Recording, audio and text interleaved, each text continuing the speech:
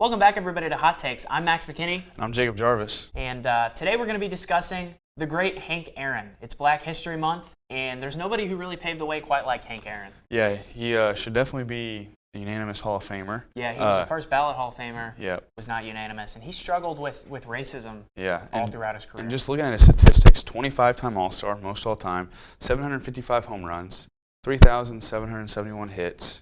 He holds the all-time MLB record for RBIs, which is 2,297, and a career batting average of 305. I mean, that is greatest of all time. That's legit. That's legit. Hank Aaron, I mean, there's no doubting how great he was. You know, played in the Negro Leagues before he played in the MLB, or else his stats could have been even better. Yeah. And that 25-time All-Star really just, I mean, that is insane to think about. Some people call him the home run king to this day just because Barry Bonds, the use of PEDs, they don't think that's legit. But I mean, at 755 home runs, that's a lot of home runs. Absolutely, yeah. And he played for so long. It's just, he was an outstanding man, and he really paved the way for black athletes today. One video that keeps coming up in my mind about Hank Aaron is when he hit his 755th home run to take the lead. Him running around the bases, and all the fans are just crowding on him. It's just a big celebration. It was really powerful to me, to be honest with you, Max. So we would like to remember the life of Mr. Hank Aaron for Black History Month. May he rest in peace. Yep.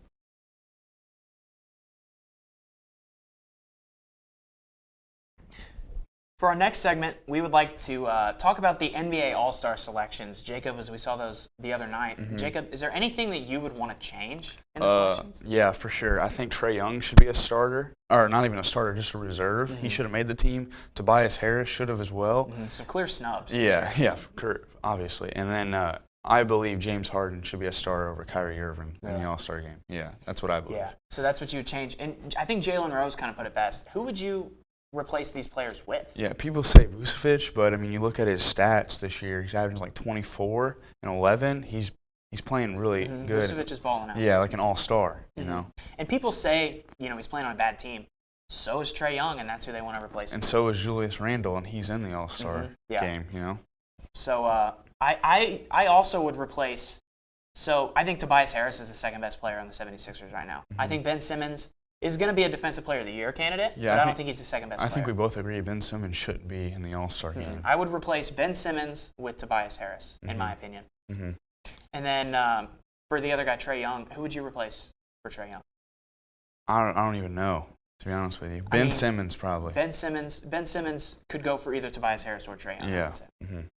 On the Western Conference, we have Chris Paul as an All-Star, which I was a little bit skeptical of that one. Yeah, I was too. We saw his teammate Devin Booker was now allowed into the All-Star game because of the injuries from Anthony Davis.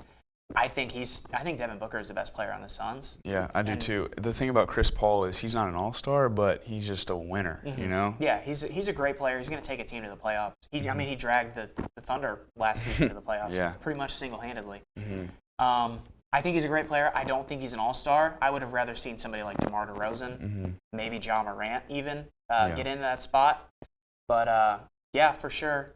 I think there were plenty of players that were deserving of an All-Star spot, and I think that the NBA should consider expanding All-Star rosters. Yeah, I think we both agree they should probably move it up to 15. Right now they have it as 10. And I think players like LeBron James that don't want to play in the All-Star game should opt out just for those players that were snubs could get in, because you've recently heard how LeBron James is not too happy to be in part of the All-Star game. Like, he's happy to be a part of the All-Star game. The festivities themselves. Them.